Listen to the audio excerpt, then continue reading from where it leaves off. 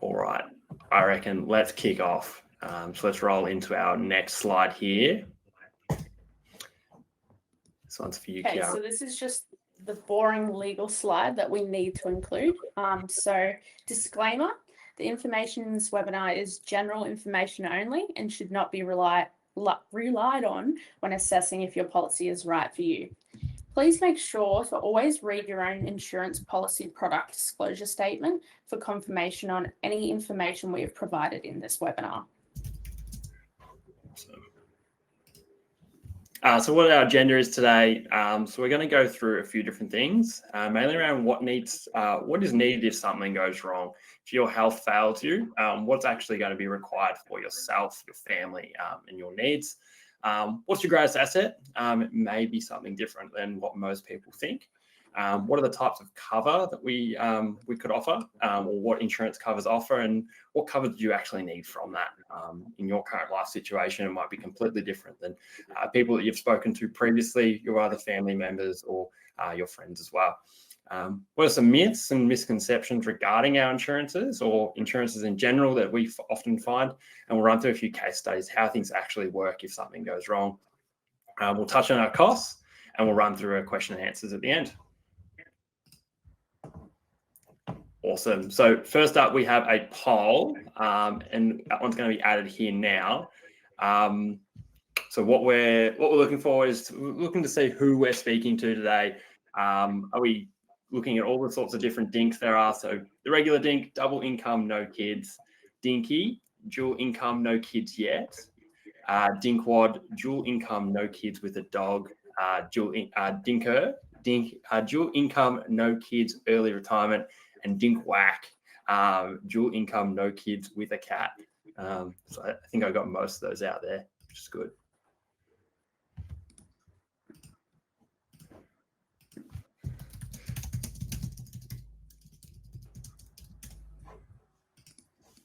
Awesome. So here we go. So we've got one dog, no kids yet, and we've got two without children at the moment. So no cats, which is good to see. Cats aren't for me. And no retire earlys just yet, which is surprising, I would have thought. Awesome. Let's keep going. So I think, most of the stuff we'll go through is going to be relevant to all types of dinks, but it's always good to know where people are sitting with that as well.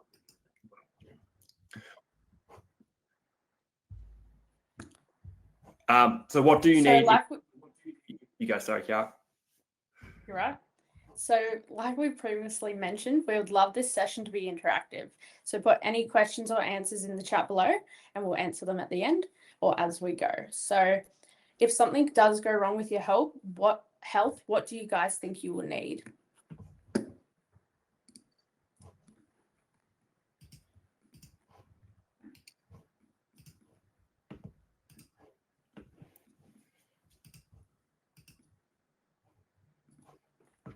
I'll reframe that question for you as well, Kiara. So if you were to be unable to work because of a major illness, what are the sort of things that you would think you'd need covered? Is there any certain items in your life? Is there a certain level of income that you might need? Is it just replacing your income? Is there any suggestions in the chat? Would be great.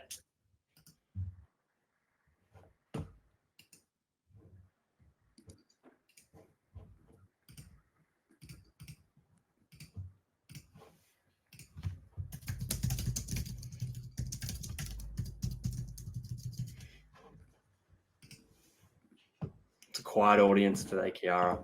We might have to give them the hint. There we go, Natalie. Thank you. So bills, living costs, mortgage, all good suggestions. All right, Kiara, give them the juice. Okay, so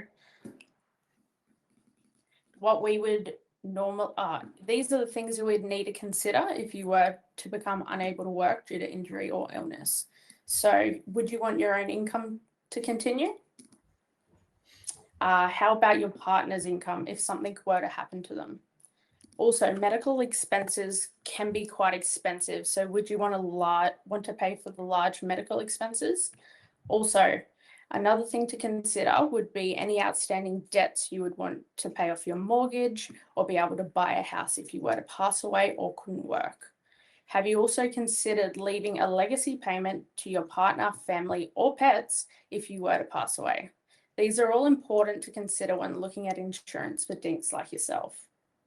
Awesome. So yeah, I think most people would consider their own income, especially their medical costs and any debts if something goes wrong. But a lot of people don't think about their partner's income. Would they want their partner to be able to take a bit of time off work, look after that sick person, make sure that you're getting through to work, or are you happy for them to go to work and slug it out while you're at home sick, going to medical appointment, things like that. So all sort of things that we want to consider when we're looking at our insurances to make your life a little bit easier.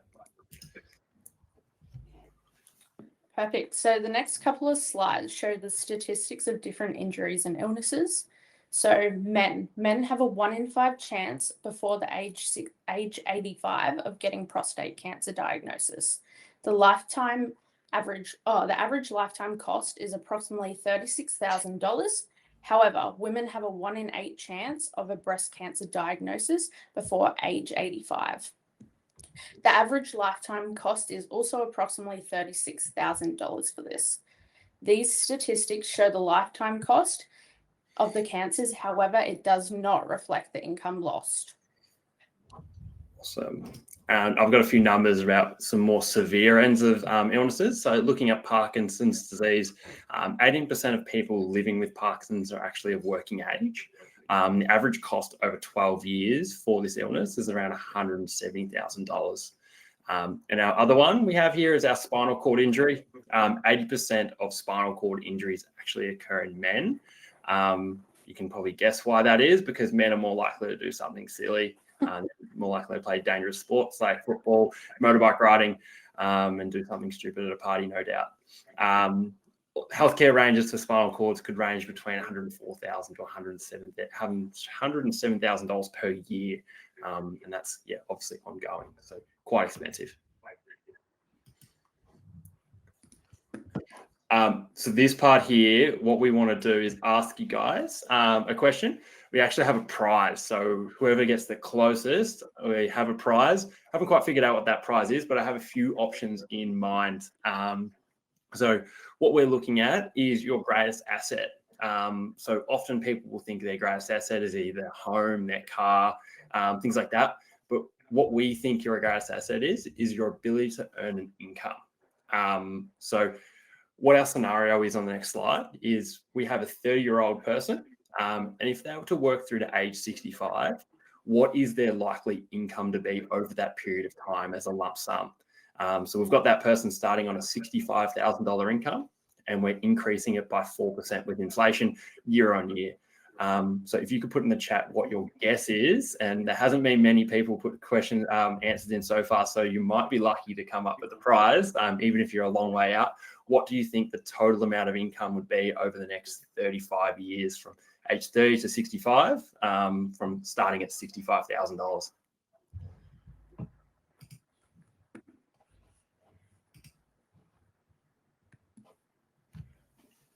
So we've got one guess from Natalie at 850, currently the clubhouse leader.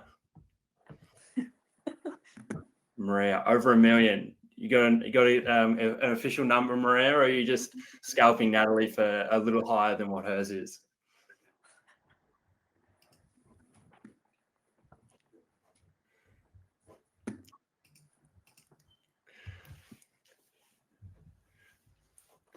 All right, I'll give it 10 more seconds for anyone else to get their guesses in. But at the moment, we've got 3, 2, and 1. So Patricia with the late answer of 10 million. So I don't know who I'm going to give it to, because Maria said over $1 million, but Patricia said 10 million, which is basically in the middle. So our lifetime earnings are around $4.787 million there. So I'll have to come up with who gets the prize. I might have to give you both the prize, I think. I agree. So yeah, basically what we have here is we've gone to age 30 to age 65, average income of $65,000, which for most people, probably isn't that high. That is the median in Australia, but yeah, often incomes you're looking at somewhere between or over $150,000.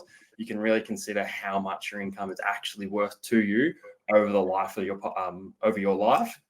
When a $65,000 income is going to be somewhere around that $5 million there. So yeah, something to definitely take into consideration for. So what we look at is most people will insure their home, usually between $500,000 to $1.5 million. Their car at $10,000 to maybe $120,000 if you drive something nice. I certainly don't. But why don't we insure our income? Most people don't. And obviously it's an asset for us that's going to be far bigger than those, as we've seen. So what are the different types of covers? So there are 4 types of cover that we work with for the typical couple with no kids. These covers are life cover, total and permanent disability cover, income protection, and critical illness or trauma cover.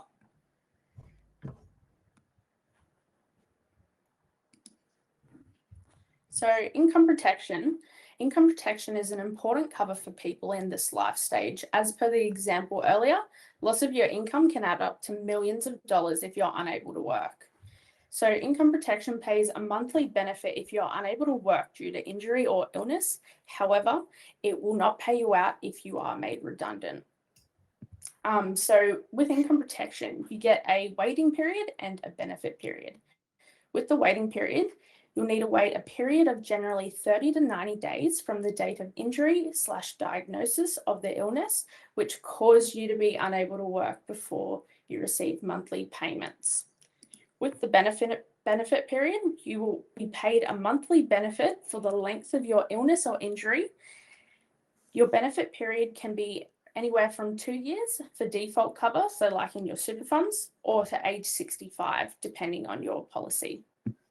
And those are all things that you can consider changing as well. So yeah, you might look at extending your waiting period out if you've got annual leave, sick leave savings, and it can help reduce your premiums. Along with your benefit period, you might want to have an age 65 benefit, or you might want to shorten that as well. It's all something that an advisor can help you out with.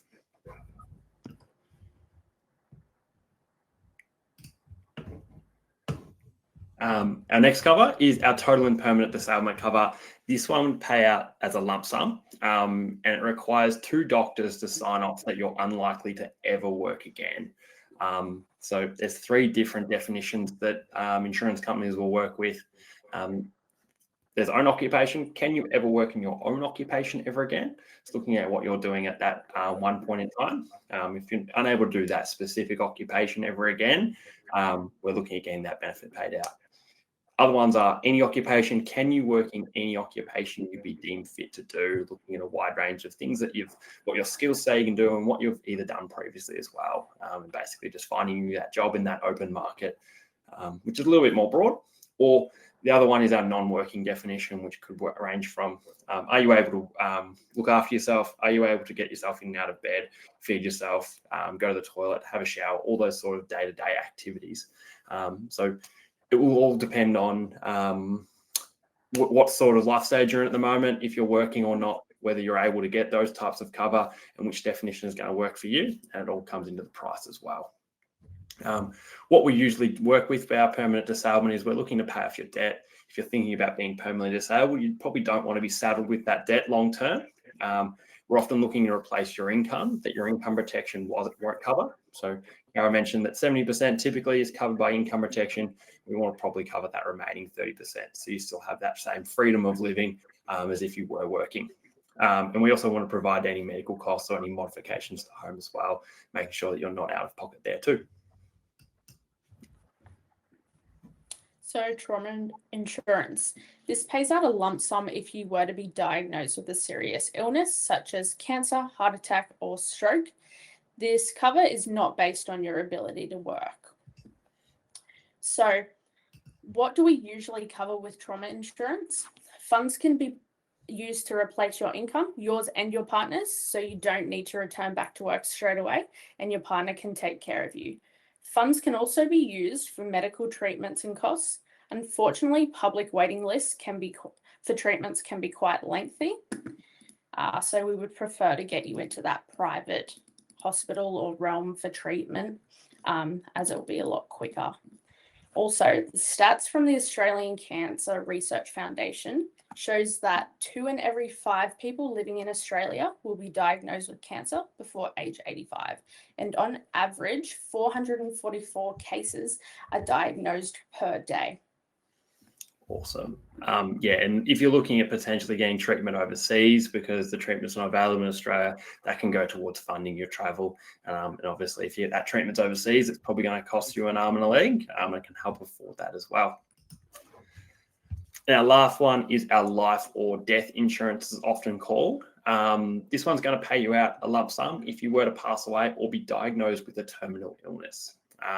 So what do we usually cover with this? We're looking at replacing income of the deceased partner. So often people want to give their surviving partner some income to live with, so their living ability doesn't have to change in those first few years as they're grieving and figuring out what's next with their life. Often paying off debt so they can make sure that their partner that's left behind can live in their house mortgage free, because 2 incomes were typically paying that mortgage previously. Now it's down to 1 income. Can they still service that, or are we going to put that stress onto them and have them move out of the home and sell it and all those sort of things that are going to come with it? Leaving a legacy. Often people will want to say, well, if I pass away, I want to leave my partner X amount of money. I want to leave my dog X amount of money, whatever it is. Cover your funeral expenses as well. It's probably the least needed insurance, I guess, for people in your life stages, but it is still something to consider, and we do consider it a lot as well. Okay, so there are a few ways that you can get insurance. So there are group cover, direct cover, and retail cover. So group cover is what is typically found within your super fund. It does have some limitations, and often the insurer can change or cancel your policy at any stage. Awesome. Then there's the direct cover. Direct cover, as it sounds, is taken out directly from an insurance company. Cautioning the cash cow. Whenever you're watching Sunrise, we'll often have insurance companies on there. That's what is considered direct insurance. Often there's limitations to these policies as well. So retail cover. Usually retail cover is through a financial advisor. Often cannot be changed or cancelled by the insurer at any stage. It is tailored to your own health conditions and personal circumstances. This is typically the cover we would recommend people take out. Awesome. So now we've got a few common misconceptions or myths to go around about life insurance, often questions we get asked when going through their advice meetings. So our first one is, wouldn't I be eligible for government assistance if I couldn't work? So that answer is yes. But the reason we don't typically consider it is, would you want to survive off this level of income? So the maximum disability support pension and carers payment per couple, including supplements, would be around $1,600 per fortnight, or a combined $42,000 per year if you're not working at all. To receive this, you'd need to meet the impairment rating requirements set out by the government. Your condition needs to be diagnosed, reasonably treated. If you're actually waiting for surgery or treatment, you're not typically eligible, and stabilized. So if your symptoms are getting worse or you're going to improve, you're typically not eligible as well. If you're not eligible for disability support pension, there are still other payments you can get. The maximum job seeker payment per person, a couple's rate would be $631 per fortnight, or $16,000 per year. But you'd also need to be able to look for work at this point. And if one of you is really sick and unable to work, are you actually meeting that job seeker? Probably not. So myth 2, if I'm unable to work, my partner's income will be able to cover our living expenses. Your partner may be able to cover your basic living expenses. However, what about your lifestyle? Your partner may need to take care of you, so potentially both of your incomes may be lost at this time. You may also have extra medical expenses and increased household expenses. For example, increased electricity bill, medication, etc. You may also need to delay or forego achieving your financial goals on only one income as well. Awesome. And our third myth, I have loads of sick leave through my work. So why would I need insurances? So if you change your employer, you'll often lose your sick leave. Obviously, if you stay within the government employment structure, which is the most common way, you'll keep your sick leave. But if you do leave, you'll lose all that sick leave. It doesn't transfer over, unlike, say, your annual leave, which will get paid out. Your sick leave won't go forever. If you become permanently disabled, it would probably run out. You'd have to be, age 63 or probably 60 plus and have been working with the one employer for 20, 30 years to actually have enough sick leave to get you through to retirement. And we're probably not speaking to those people today, I don't think. And we can incorporate longer waiting periods into your income protection to utilize those sick leaves, which will lower your premiums, making sure that we're not paying for insurances that we don't need, incorporating those sick leave in. So myth 4, I don't need income protection if I have TPD insurance. You need 2 doctors to sign off on you being totally and permanently disabled, meaning you can never work again. And quite often, the doctors tend to be quite optimistic. The average time is 5 to 8 months for an insurer to decide whether to accept or decline a total and permanent disability payment claim. Income protection can pay out on an income while you're recovering from illness and injury until you're able to return back to work again. Yeah, so really with this, we're looking at combining that income protection and permanent disablement together. It's not one or the other. We want to make sure that we're covering for both, because we want to cover that short term with the income protection and that worst case scenario with the permanent disablement as well, making sure that those extra things are covered. So we have a couple of case studies to run through as well, putting these sort of covers into action, I guess, and it sort of explains how they work at a realistic level. So our first one is one that I often speak about in our advice meetings. It's regarding a stroke sufferer. Having a stroke is probably the most common way that you'll end up claiming on all of your insurances, because a stroke is a traumatic event, which is going to receive your trauma benefit. You're probably going to be unable to work. So your income protection is going to pay you out. Your health, depending on the level of stroke, if it's really bad, your health is probably going to deteriorate to a point where you're never able to work again. And then you'll probably pass away at some stage after that. So if we look at that first diagnosis, what we're going to do is we're going to be unable to work, but we're also going to have our trauma benefit paid out as well. So we're going to firstly be unable to work. Our income protection benefit starts paying us, and let's call it 70% of our income every month after our waiting period, all the way through to age 65 if we're still unable to work. At this point as well, our trauma cover is paid out, which means we've covered our medical costs, we've covered part of our income that our income protection doesn't cover, that extra 30%, and we've also covered our partner's income as well, so they can stay home, look after us, look after our dog, everything else that's going to pop up with that as well, at least for, say, a 12-month period. After this, 12, 18 months later, we're now being declared permanently disabled because our health has started to deteriorate. We're at a point where we're never going to get back to work, and the doctor's satisfied that that's going to be the case long term. At this point, we've now covered our debts in full, and we've also covered the remaining income through to age 65 that our income protection isn't covering. So typically that 30%, all whilst receiving our income protection on that monthly basis, all the stage while we're still alive. Then let's say 2-3 years later, our health has deteriorated to a point where we've now passed away. At this point, we've now covered our funeral. We may have a legacy in there that we leave our partner a bit of extra cash, and away we go. So what is our outcome here? What we've been able to do is maintain our full income throughout our life, covered our medical costs, so we're not out of pocket there, and we've also allowed you to live comfortably in your own home all the way up until you've passed away. We've provided for our loved ones, dogs included, after passing away too. Okay, so case 2, having breast cancer and being back at work in 12 months. So if you were diagnosed with breast cancer, what do we want to cover? On the diagnosis of the illness, we would want to cover the immediate medical costs as well as any income that your income protection isn't going to cover. So let's assume that you'll be unable to work as well. You'll have your income protection cover. After you get through the waiting period, whether this be 30 or 90 days, this will most likely cover you for 70% of your income. We will also have your trauma benefit. which this will cover part of your income, which the income protection doesn't cover. This will help cover your medical costs.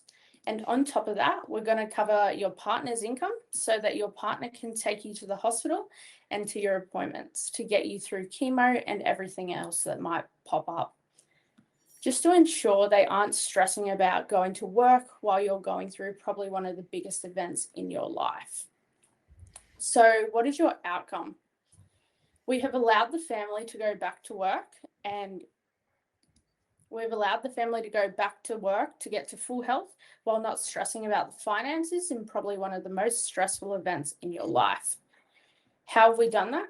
We have covered the lost income over the past 12 months, as well as covered the medical expenses. Awesome. So really a conclusion to most of the things we've gone through today is it really depends on what your situation is and what your actual wants are. Especially around that life cover piece. Some people will want to leave money to their family. Other people will find if they've got their mortgage covered, maybe some of their income covered, maybe a year or two, that's fine. But really, it comes down to what your needs are and finding an advisor that was willing to listen to you to get you those needs at the end of the day, because you're the one paying the insurances. It's your cover. If something goes wrong, we want to make sure that what your needs are being met rather than what we think is appropriate for you. Yes, we'll have our opinions on what's appropriate and what's not, but it's really driven by the client at the end of the day about what you want and what you want to take out. Perfect. So what covers should you take out? We recommend reaching out to a financial advisor, whether that be us or anyone else, to get insurances tailored to your needs, as everyone's needs are different. There are lots of factors that need to be taken into consideration when tailoring insurances for a DINK. For example, age, debt, occupation, gender, and health considerations. Awesome. And that always feeds into the cost as well. Cost is always the key indicator with insurances, which is really a begrudging purchase for most people, something you really should have, but something you really don't want to spend that much money on. You want to make sure it's right, but not overspending for that. And as Kiara said, a lot of things go into the cost. It's not just, here's $1 million of cover, this is what the cost is going to be. It's going to be different for every person. The level of cover is the first one that's going to be a parameter. The more cover you have, typically the more expensive it's going to be.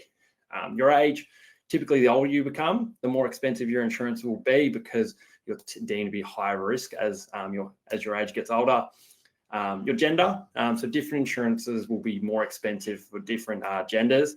As I said earlier, permanent disablement is typically more expensive for males because they are more likely to do things like spinal cord injuries, because they're more likely to take on risky activities.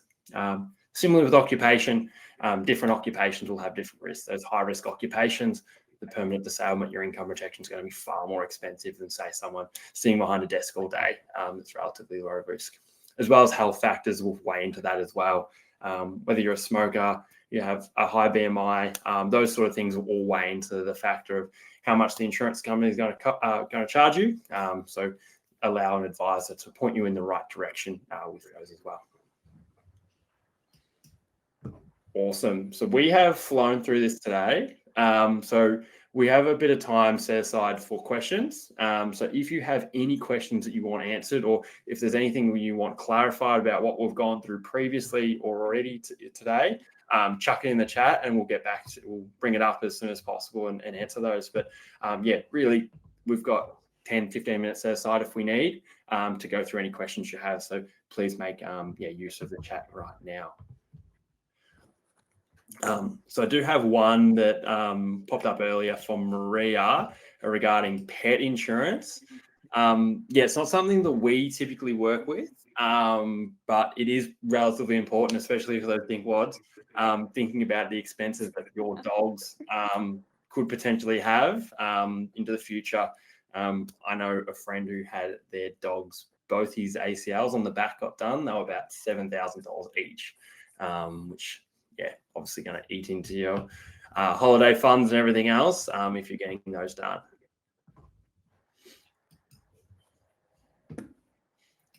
So what we have one from Natalie here. Let's answer this one. Is there any advantage of taking out the insurances whilst being dinks versus once kids are around? So I'll answer this one. So there's a few things to take into consideration, and it's not something we actually mentioned in terms of the cost, but often is the case that there's multiple types of premiums you could take out, and you may have heard them before, but there's stepped and level. Often we will look to recommend level premiums for people who are younger. And what happens is level premiums will start cheaper today. As you get older, they won't get more expensive because of that. But as compared to the step, which every year that you get older, they'll slowly increase in price. So often what we like to do is when people are younger and healthier, and that's another major factor to take into it, your health factors, making sure that when you're younger and healthier, if we're able to take out those covers, when you haven't had health issues, we're making sure that you're covered for them. But if you come back in 3, 4, 5 years time when you've actually had children, you've gone through all these health events, you might end up with all these exclusions, things that aren't going to be covered, typically things you've had previous illnesses with that you might be looking at claiming on. So it's probably a good idea to have them covered. So a long way of answering your question. What we want to do is set up your insurances as early as possible because health factors are going to weigh into it. We want to make sure you're covered for everything. And it's often the case we're potentially able to save you premiums in the long term by taking it out early as well. So I hope I was able to answer your question then, Ali.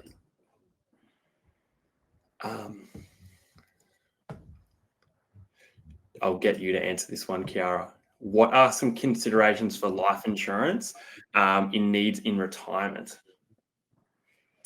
That is a good question. So there are a couple of things you need to take into consideration for life insurance in retirement. You need to think about your future plans, your family living costs, your assets, your personal savings, for example, and your debts. So like your mortgage and the amount owing on your property still. Awesome. And I'll answer this one for Sharmath. So how can you claim both partners' income with IP when only one of them is sick? So this is probably something we might not have been actually that clear on. So let's go back to this case study, which we touched on earlier, which is where I was talking about both the incomes being covered. If I go back one more. So I mentioned earlier that, suffer a stroke, your income protection is going to cover your 70% of income. Then we're also getting the trauma benefit. What we mean by covering the partner's income here is we're going to cover typically 30% of our own income between our income protection and the trauma policy. So income protection, 70%, trauma policy, 30% of our own income, giving us 100% of our own. And then what we're going to do is actually cover within the trauma policy an amount that's equal to your partner's income as well. So $65,000 of income, we've also got $65,000 on our trauma policy, so that once that's been paid out, your partner's policy isn't paying them, but we've got the money in the bank account from our trauma policy, which can subsidize that income that wouldn't be getting made because that partner's staying home and looking after it. So, a good question, but it's not the income protection policy; it's the trauma policy that's paying. Because you're right, we can't have the income protection is only going to pay out if you're unable to work. It's based off your ability to work, not your choice of not working or being redundant, those sort of things. So, thanks for getting me to clarify that. Any other questions coming through?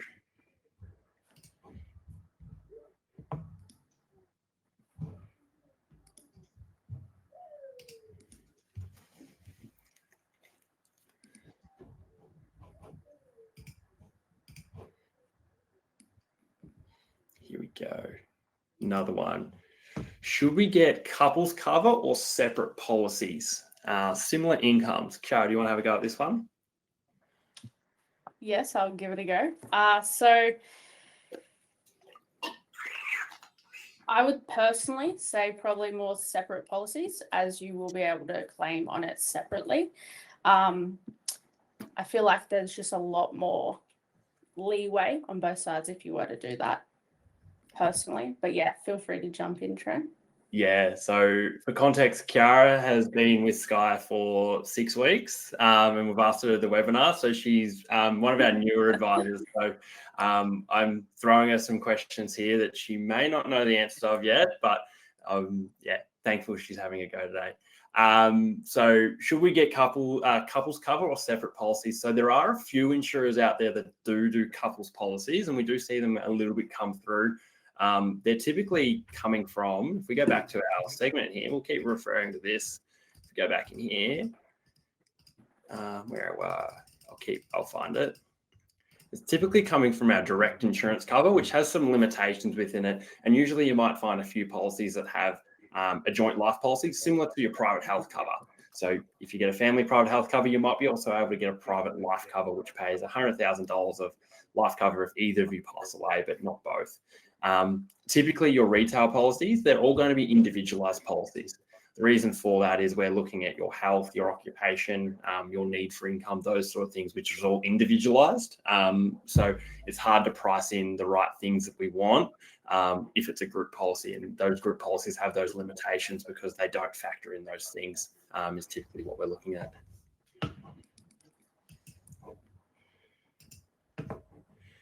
How to know what to get? Does it vary for self-employed? Kiara, I think you were working on a couple of self-employed clients this week. Do you want to have a go?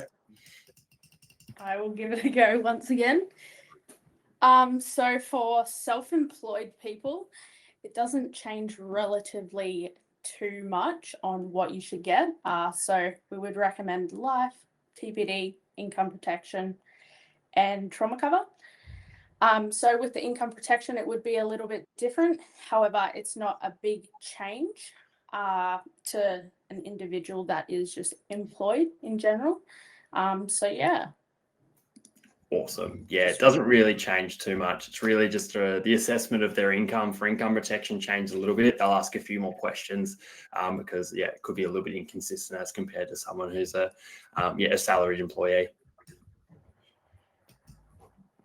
This one's from Maria. If I have a step cover and will struggle to pay premiums for increasing premiums as it increases, how easy is it to shop around for changes for the personal insurances moving forward? So that is a good question. And this is probably one of the reasons why we try and look to level premiums for certain age groups, certain people, certain levels of premium, because what we want to do with that level premium is get away from this conversation of I can't afford my premiums because they're increasing year on year. And I need to look at something different. But if we are in that situation, which a lot of people are, a lot of people take out step premiums, we can review it and take out cover elsewhere. But the big one's going to be these health factors again. What we want to do is, if you're setting up your policies early, you're going to probably be the healthiest you ever will be, because typically more health events are going to happen over time. And will you recover fully from them? Maybe. Will the insurance company be happy to cover for you in the future? Maybe, maybe not. More likely to have exclusions. So if we're able to set up those policies early, we're going to have less exclusions. So if we're reviewing this in 3-4 years' time, we're now looking at your health 4 years ago and going, what was it then? What are we covered for then? Versus what's happened in the last 4 years? Is there certain things that we've now had?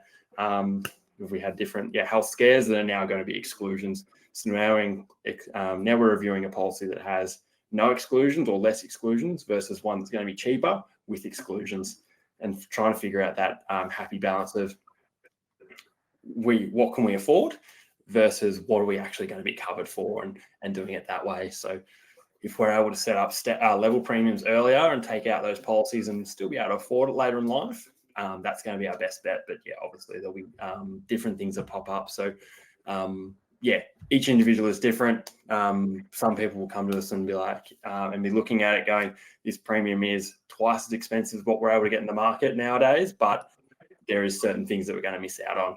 Do we go and replace it? And that's sort of the conversation we need to have. What do we miss out on by replacing it versus the cost? That's all something you can take into consideration. But sort of hard to answer that question directly, but those are the sort of factors that we need to consider. One from Jan. What are some options for ensuring my life insurance cover keeps pace with inflation? I think that one's for you, Kiara. So what you can do to ensure that your life insurance coverage keeps with inflation. So there's an option called indexation, and you can turn that feature on your insurance policy if you do have a retail policy, that is. And it increases the amount of cover each year to keep the pace of inflation. Awesome. With that in mind, you can have that turned on. So every year, basically, your policy anniversary will come around. The insurance company will write you a letter and say, we're going to give you 4, 5, 6%, whatever inflation is for that year, more cover. Some years you might go, perfect, I'm going to accept it. And you might accept it for maybe your income protection, your trauma, but maybe not your life and TBD, depending on what your situation is. So you can choose year in, year out.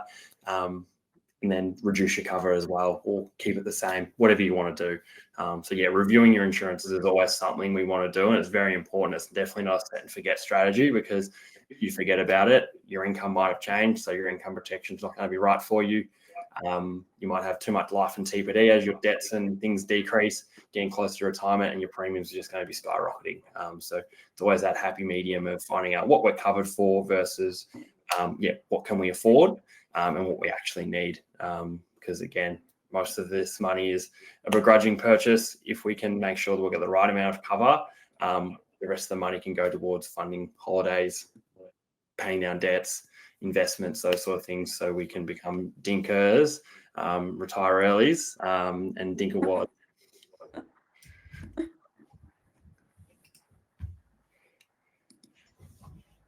Anything else? Might give it one more minute, because we've been here for 45 minutes, so I'm conscious of everyone's time as well.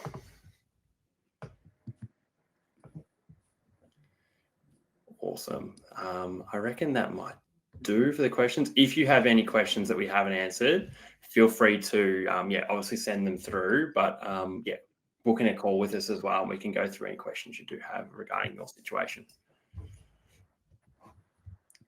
Perfect. So if you loved or hated this webinar, we'd love your feedback on how we continuously can improve.